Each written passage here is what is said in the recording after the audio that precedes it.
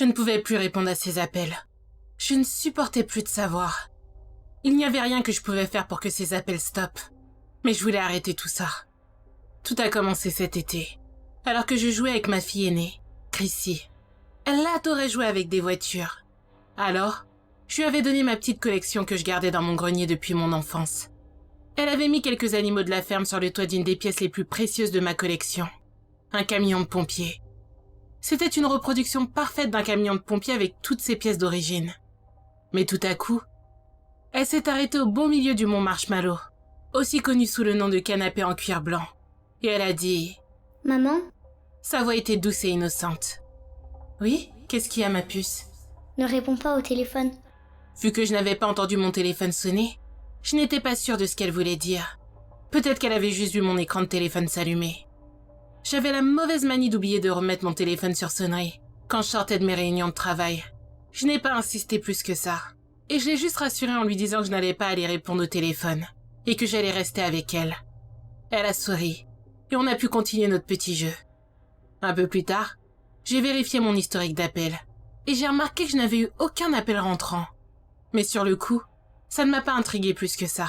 Quelques semaines plus tard, la même chose s'est produite. Alors qu'elle jouait au docteur et qu'elle donnait à son nounours Monsieur Fuzzy Wuzzy sa piqûre contre la grippe. Chrissy a regardé vers la cuisine et elle a lâché son ours. Maman, ne réponds pas au téléphone. Elle avait vraiment l'air effrayée. Cette fois-ci, j'ai décidé de ne pas ignorer ce qu'elle me disait. Je me suis levée et j'ai regardé mon téléphone. Et encore une fois, aucun appel entrant. En suivant le regard de Chrissy, j'ai réalisé qu'elle fixait le vieux téléphone qui était encore accroché sur le mur de la cuisine. Ça faisait des années que le téléphone était débranché et que la ligne avait été coupée. Mon mari m'avait déjà demandé plusieurs fois d'appeler quelqu'un pour venir le retirer. À ses yeux, on avait tous les deux nos téléphones portables et ça nous permettait donc d'économiser de l'argent. Le téléphone blanc était cloué au mur et je dois avouer que ce n'était pas vraiment la chose la plus importante que j'avais à faire. D'ailleurs, vu comme ça dérangeait mon mari, je ne sais pas pourquoi il ne l'avait pas retiré de lui-même. Ma chérie, ce n'est pas un vrai téléphone. Personne ne peut appeler dessus. T'inquiète pas, ok? Je lui ai passé la main dans les cheveux pour la rassurer. Ça a pris un moment, mais Chrissy a recommencé à jouer comme si de rien n'était. À ce moment-là, je pensais que c'était un nouveau jeu qu'elle avait appris à l'école. Elle avait 7 ans et un tas d'amis imaginaires. Peut-être qu'elle s'était disputée avec l'un d'entre eux et qu'elle ne voulait pas leur répondre au téléphone. Elle avait beaucoup d'imagination, alors ça ne m'inquiétait pas trop. C'est seulement au bout du 3e incident que j'ai vraiment commencé à m'inquiéter. Chrissy et moi étions en train de faire un goûter sur le thème des tortues ninja. J'étais habillée avec un tutu rose et je portais le bandana de Donatello comme une couronne. J'avais l'air ridicule, mais j'étais prête à tout pour la voir sourire. Je me suis levée 2 secondes pour aller lui chercher du jus, mais Chrissy a attrapé ma jupe et avait l'air vraiment terrifiée. Maman, ne réponds surtout pas au téléphone. Sa voix était suppliante. Il y avait quelque chose dans ses yeux qui m'a indiqué qu'il était temps de mettre fin à ce petit jeu auquel elle jouait. Elle avait vraiment l'air terrifiée. Je ne pensais plus qu'elle était en train de jouer à un espèce de jacadie inversé. Après tout, si elle inventait tout ça, pourquoi est-ce qu'elle avait l'air aussi terrifiée? Pourquoi, ma puce? C'est peut-être important. T'inquiète pas, maman va dire à ces méchants démarcheurs de nous laisser tranquilles. J'avais essayé de parler le plus gentiment que possible, tout en me dégageant de son emprise. Je me suis dirigée vers la cuisine et j'ai décroché le téléphone. Puis, je me suis tournée vers ma fille pour lui faire signe que tout allait bien. En collant le combiné contre mon oreille, je m'attendais à un silence total. Mais ce n'est pas ce que j'ai entendu. La ligne grésillait. Ça m'a tellement surprise que j'ai décollé le combiné de mon oreille et je l'ai regardé incrédule. Après quelques secondes, j'ai recollé mon oreille et j'ai entendu une voix s'élever de l'autre côté. 232 rue Jeanne d'Arc, incendie, 12. Le manque d'émotion dans la voix de l'homme m'inquiétait. Mais c'est quoi cette... Je me suis dit que c'était sûrement mon mari qui avait décidé de me faire une blague et qu'il avait réussi à convaincre Chrissy de l'aider. Mais est-ce qu'il était capable de faire tout ça juste pour se débarrasser du téléphone? Sans attendre, j'ai tiré sur le fil du téléphone qui a volé rapidement et est venu s'écraser contre moi. J'étais étonnée. Si le téléphone avait été branché, le fil ne serait pas venu aussi facilement. Plus tard, j'ai demandé des explications à mon mari, mais il a dit qu'il n'avait aucune idée de ce dont j'étais en train de parler. J'avais l'impression de devenir folle. Le matin suivant, j'étais en train de lire mes emails. Et j'avais laissé la télé allumée en fond sur une chaîne où il passait les nouvelles en continu. Et là, j'ai entendu qu'il y avait eu un incendie dans une résidence. Au début, je n'y ai pas vraiment porté attention. Mais tout à coup, j'ai entendu l'adresse. 232 rue Jeanne d'Arc. 12 habitants avaient péri dans les flammes. J'en ai presque lâché ma tasse de café. Je ne savais pas quoi faire. Il était trop tard pour appeler la police. Et comment j'allais pouvoir leur expliquer que j'avais reçu un étrange appel qui m'avertissait de l'incendie? Ça allait forcément tourner à quelque chose de négatif. J'ai soufflé et j'ai pris un instant pour me calmer et rationaliser ce qui était en train de se passer. C'était juste une coïncidence étrange, même si elle était terrifiante. Plusieurs jours plus tard, j'étais en train de jouer au mot fléché sur le canapé, quand Chrissy est apparue devant moi. Elle avait l'air extrêmement inquiète. Maman, ne réponds surtout pas au téléphone. Elle avait des larmes dans les yeux. Quelque chose me disait de ne pas y aller, mais la curiosité l'a emporté. Je voulais savoir. J'ai de nouveau avancé vers la cuisine et j'ai attrapé le combiné. Cette fois-ci, la voix d'une femme s'est élevée à travers le téléphone qui était pourtant déconnecté.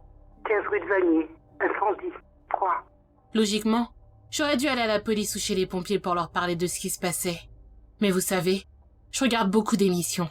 Alors je sais exactement comment ce genre de choses se passe. La personne qui essaie d'aider passe toujours pour la coupable. Et puis ce n'est pas comme si je peux aller à ces endroits et essayer d'empêcher tout ça. Vous voyez, je ne suis pas une poltronne. Mais j'ai 2 filles dont je dois m'occuper.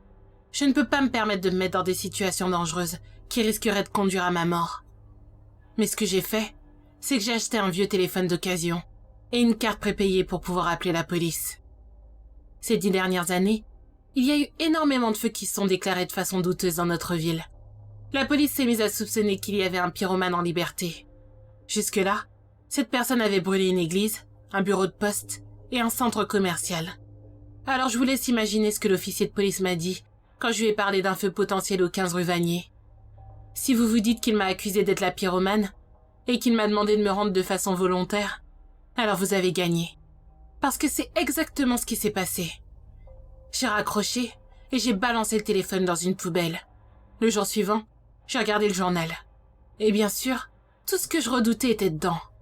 Les autorités avaient envoyé des policiers pour vérifier ce que je leur avais dit. Quand ils sont arrivés, il s'est avéré qu'il s'agissait d'un bâtiment abandonné. Les 3 policiers qu'on avait envoyés se sont retrouvés enfermés dans le sous-sol. Un feu a démarré et ils sont morts tous les 3, car ils n'arrivaient pas à en sortir. Je me suis sentie encore plus coupable et inutile. Si je ne les avais pas prévenus, les policiers ne se seraient jamais retrouvés dans cette position. Et personne ne serait mort. Tout était de ma faute. Je n'ai pas pu dormir du tout cette nuit-là. Comment aurais-je pu avec ce sentiment de culpabilité qui me rongeait? La routine malsaine qui s'est installée a continué pendant plusieurs mois. À chaque fois, Chrissy me demandait de ne pas décrocher le téléphone. Et bien sûr, je décrochais. Et j'entendais une voix différente me parler. Mais c'était toujours la même chose. Cette voix me donnait l'adresse, la façon dont les gens allaient mourir et le nombre de victimes. 89 rue de la Rose. Couteau, 1. Monsieur Larkin avait été poignardé à mort pendant le cambriolage de sa maison. 60 avenue de l'Étoile. Fuite de gaz. 10. Les Campbell étaient en train de profiter de leur réunion de famille et n'ont pas senti l'odeur distinctive de gaz. 79 rue Jacques Lussier. Pistolet, 3. Marie, Jamie et Allison se sont fait tirer dessus alors qu'elle rentrait chez elle au petit matin. Et ça, ce ne sont que quelques exemples de ce que j'ai dû subir jusqu'à ce que je n'en puisse plus. Je me rappelais de tous leurs noms et de tous leurs visages. Ils sont tous passés au journal local. Je pense à eux quand je vais me coucher, en sachant qu'il n'y avait rien que j'aurais pu faire pour les sauver, mais tourmentée par le fait que je n'ai même pas essayé.